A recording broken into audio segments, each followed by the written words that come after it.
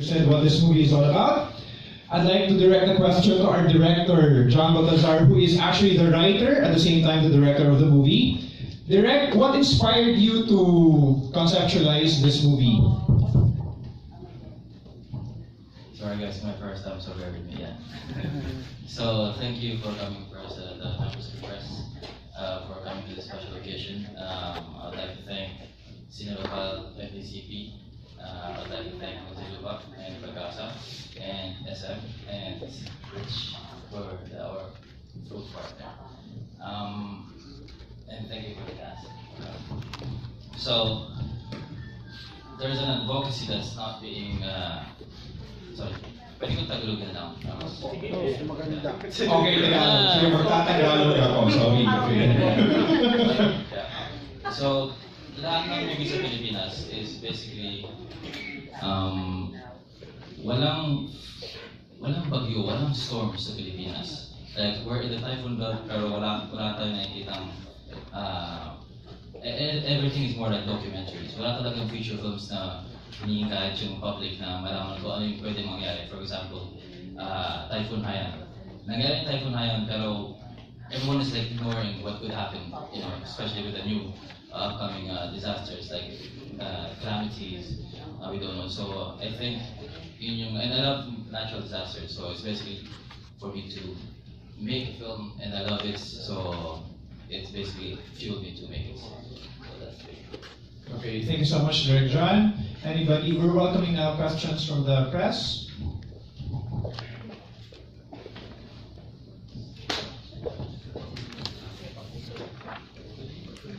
Okay. Hi, Sir Ray.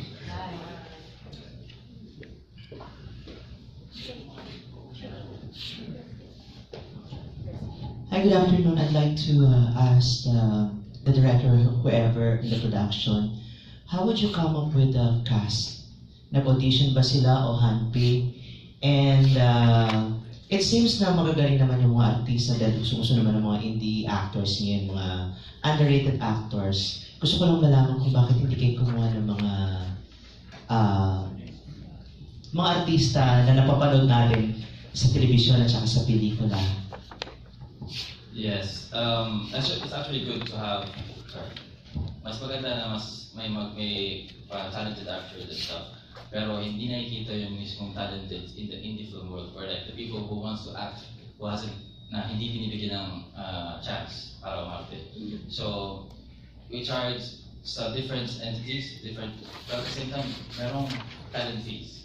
And yung budget is very low budget. It's like, you're talking about like million pesos, including equipment and stuff. So, wala talagang budget para sa paying for talent fees. So, and when we casted, we nakita namin lahat ng potentials, and then according to the scripts, we actually worked with everyone. So, doon nagsimula yung feel like, you know what, we can actually get a lot of actors who is willing to Have they undergone auditions, script readings, and all? Yes, we had this, parang behind the scenes na lahat sila nag-script reading, tapos binibigyan namin siya ng different scripts according to different characters. We had like 46 characters, and everyone nag-try sila.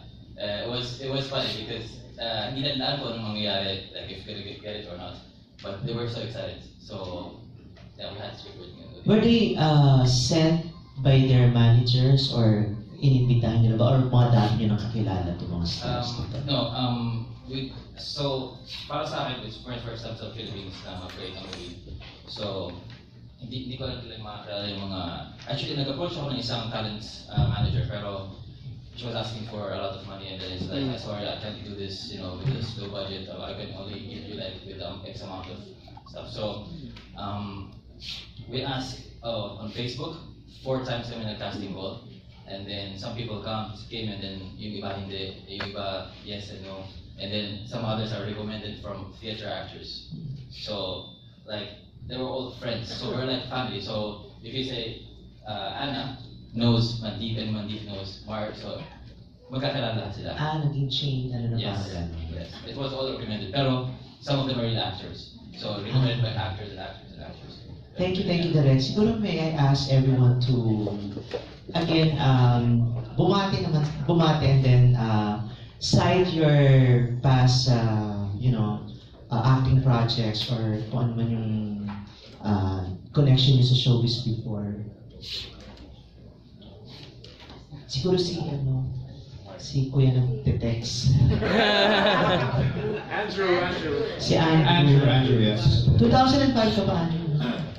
Yes, sir. Hello. Hi, I'm Andrew Torres. Yeah, I used to act before in theaters and in the films. I had a break with Cinemalaya. 2007. I was with Jason Avalos, Endo. Ako yung pumatol doon sa manager na bakla. So anyway, yeah, I had an audition then with these guys. Actually, Mark is my barkada in college. Hindi niya ako naisip na to act in the film. It's his first film. Then he forgot about me. It was actually his wife who reminded him that I act. So yeah, so I tried. The thing yung sinasabi ni Derek na binabasa lahat ng roles, yeah, that was me. So yeah, it's actually a great fulfillment to be back. And like what Derek said, there are actors who would do it for the passion, not really for the business side. It's really the art. And for me, it's more fulfilling to do the art first, than just think about the business side later on. So yeah, for me, it's good to be back, and hopefully, tuloy-tuloy. Yeah. By the way, your role is? I'm Basilio. Yeah, I'm Basilio. I play Basilio. Basilio is the Basilio. Basilio is this kind of a sidekick of Tony, of the lead. He's the best friend. He's the comic part of the movie, I would say. He's the type of character that he always think about the money. So that's Basilio. So even in these times of disaster, he thinks about the business, having a business in all that storm coming. So yeah, that's Basilio. Okay. Sir?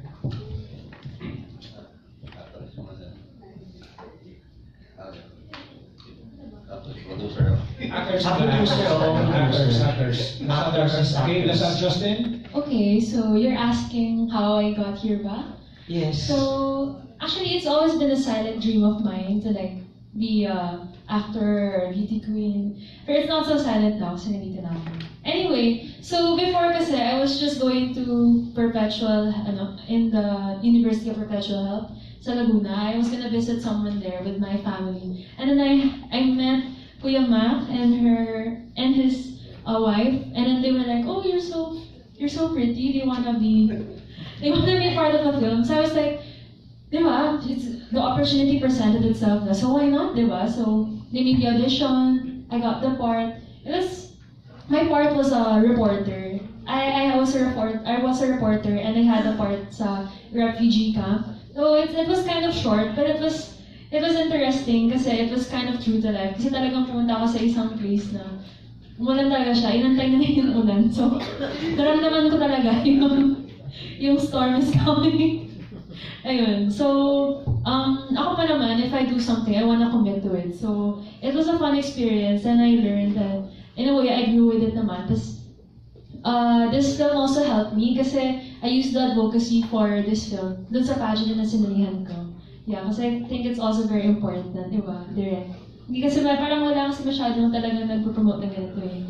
So yeah, I'm very happy that I was part of this film. Mutiara Pilipinas 2018 ka, right? Yeah, the 50th year. Oo, yung kay Sharifa, no? Opo. Yes, okay. Thank you. Hi, I'm Anna Reyes. I play Abby in the film. So I started in the industry since I was 14. I'm mostly doing commercials, kasi commercials, print ads. And then I had a really long hiatus, so I stopped for about 12 years, I think, after a while, because school came into play. Syempre, your life na barkada ka, so I wasn't going to the final castings anymore and all that. And then a year ago, nag-open up yung opportunity. A few agents actually came up to me and asked me if I wanted to do castings again and commercials. And sabi ko, you know what, why not? I mean, I'm a bit older now, pero baka kaya naman. So, last year, I actually went back to commercials and print ads. I got to book a few, not a lot, but still better than nothing.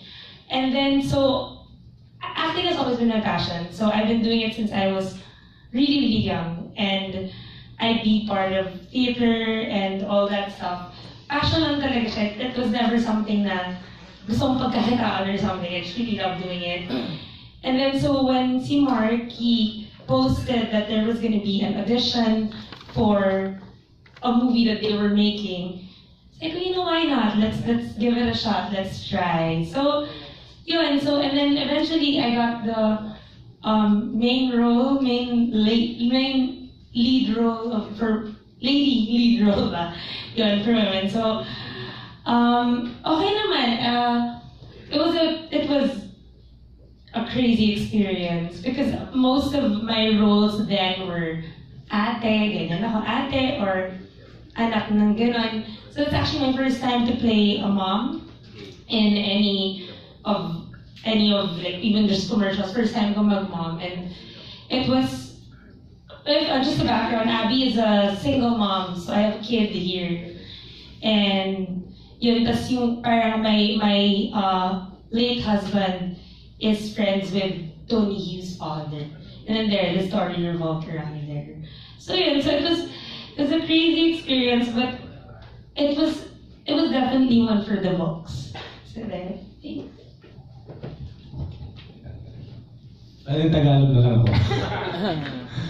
Good afternoon po sa inyo lahat, and thanks for coming. And about me, I'm the lead role in this movie. Actually, first movie ko to. And friend ko rin si Mac, kaya rin ako, nag-post siya, then nag-audition ako. So, sinuwerteng palad, okay naman, nakapasok. Actually, inspiration ko talaga brother ko eh. 1990, nag-artista yung brother ko. He was a model. And he was also, I think, second or first runner-up in Mr. and Miss Body Beautiful Philippines. And ever since... Ano pangalan? James Kumar. Pero ang ano niya is parang James Mendelsona yata yung tawag sa kanya eh. May kasabayan siya, isa pang Indian na actor eh. Yes, it's my brother. So, inspired ako dahil sa brother ko. So, ever since sabi ko, sana may kumuha sa akin, sana may makadiscover sa akin. Gusto ko mag-acting, gusto ko mag-modeling. Tapos after yun, at this age ngayon pa nangyari. I'm very happy na nangyari din.